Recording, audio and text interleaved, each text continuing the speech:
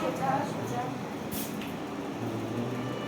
আচ্ছা এবার বাঁ পাটা এরম মারো, বাপা মারো, ডান পা এমনি করো, হাত কাঁধে রাখো, আস্তে আস্তে কাঁধে রাখো।